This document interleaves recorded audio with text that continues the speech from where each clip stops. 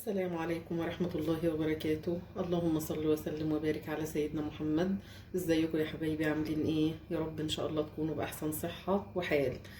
النهاردة ان شاء الله هعمل معاكم البدنجان المشطشط اللي بيتباع في محلات الفول والطعمية. بيكون شكله كده يفتح النفس، واول ما بنشوفه بنحس ان احنا يعني لازم نجيبه وناكله جنب الفول والطعمية. النهارده ان شاء الله هعمله معاكم بطريقه سهله وبسيطه. طبعا هي المكونات عشان انا ببقى مجهزها لكم بالشكل ده فبتحسوا ان هي كتير، بس هي مش كتير ولا حاجه. احنا دلوقتي هنشوفها ان شاء الله مع بعض. عندي هنا البدنجان عشان اقصر في الوقت معاكم، انا قشرته وقطعته بالشكل ده مكعبات وحمرته، وبرده قطعت معاه فلفلتين رومي وحمرتهم كده بالشكل ده عشان انجز معاكم في الوقت. وعندي دول طماطمتين قطعتهم بالشكل ده، وبرده فلفلتين يكونوا حاميين لان احنا عندنا اسمه البدنجان المشطشط يعني لازم يكون حامي. فانا جبت قرنين فلفل كده حامي وقطعتهم بالشكل ده.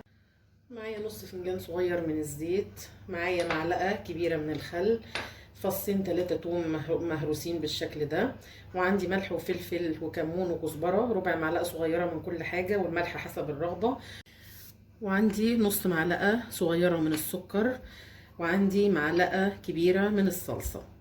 هي دي المكونات بتاعتها. هنشوف دلوقتي ان شاء الله هنعملها مع بعض في ثواني، هي مش هتاخد حاجة.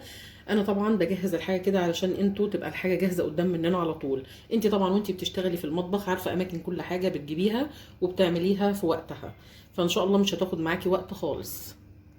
هنا انا حاطه طاسه على النار زي ما انتوا شايفين كده. اول حاجه هنزل بيها الزيت، بسم الله.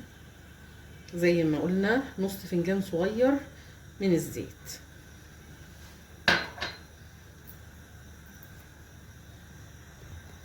بعد ما الزيت سخن معايا هسمي الله كده وانزل بالفلفل. هقلبه تقلبتين كده.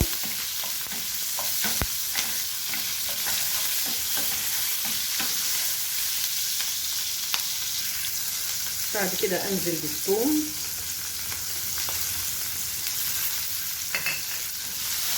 عايزه اقول لكم الريحه طالعه جميله جدا.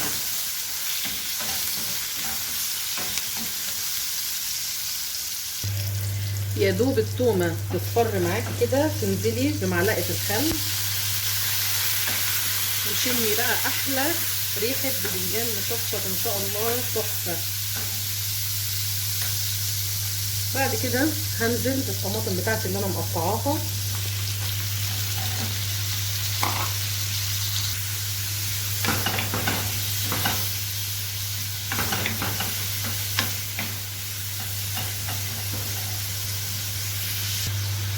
بعد ما نزلت بالطماطم بتاعتي كده هنزل بمعلقه الصلصه عليهم ومعلقه السكر. طبعا معلقه السكر دي عشان الحموضه، فعشان الصلصه والطماطم بنحطها معاها، واقلبهم كويس كده مع بعض. انزل بالملح والفلفل والكمون والكزبره عليهم كده واقلبهم برضو كويس كده مع بعض. الريحه بتاعت الخلطه دي ما شاء الله طالعه ريحتها تحفه بجد. ان شاء الله تعملوها وتتبسطوا منها. هسيبها هغطيها وهسيبها كده تتسبك مع بعض. نشوف بقى كده مع بعض. بصوا اتسبكت ازاي، طلعت الزيت بتاعها او بجت الزيت بتاعها كده تعرفي ان هي خلاص اتسبكت. نجيب بقى البدنجان والفلفل اللي احنا قالينهم ونحطهم عليها بالشكل ده ونقلبهم بقى كويس مع بعض. والله يا جماعه ريحتها طالعه تحفه ما شاء الله. هي بالظبط زي اللي بتشوفيها عند بتاع الفول والطعميه، بيبقى حاططها في سرافيز كده، بيبقى شكلها جميل جدا ويفتح النفس.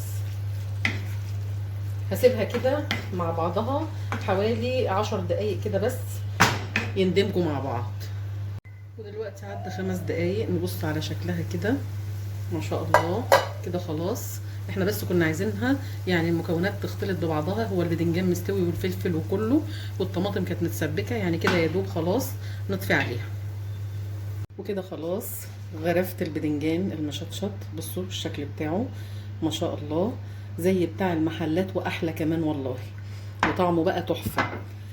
اتمنى ان الطريقه بتاعت النهارده تكون عجبتكم وتنفذوا الطريقه بتاعتي وتقولي رايكم في الكومنتات.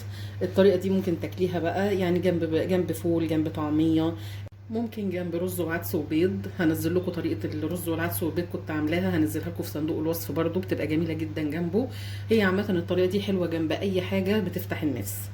اتمنى ان شاء الله ان انتوا تنفذوها وتقولي رايكم. ما تنسوش اللايك والشير لدعم القناه والاشتراك وتفعيل زر الجرس للكل عشان يوصلكم مني كل جديد. بشكركم يا حبايبي لمتابعتكم، والسلام عليكم ورحمه الله وبركاته.